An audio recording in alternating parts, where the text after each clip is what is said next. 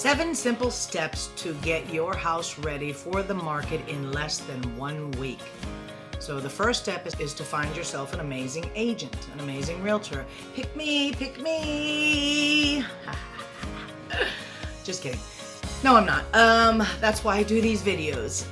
So number 1 is to find yourself an amazing realtor. Number 2 is to decide on a price. There's 3 websites that I use. I go there first and I just kind of see what the public is looking at, and that is Zillow, Redfin, and Realtor.com. I see what they think the house is worth. I look at the low, the medium, and the high. The high is the highest anything has ever sold in that square footage in that zip code. So if you're looking at Zillow or Realtor or Redfin and you're seeing that your house is worth, this absorbent amount, understand, unless your house is in an amazing condition, it's not worth that. It's worth the lower amount. I hope that makes sense. The third thing you want to do is fix and repair. Fix and repair and clean. So there's a couple inspections that you should get, and that depends on the age of your house, the age of the appliances, the age of the roof, the age of certain components. For instance, if you know that your air conditioning and heating is as old as the house, then I would have it serviced and looked at. That way there's no surprises. And if there's anything to repair, I would have it repaired. It also makes it look like you are taking care of the maintenance of the property. So the fourth thing that you want to do is that you want to depersonalize. What does that mean? That means take down all of your family portraits.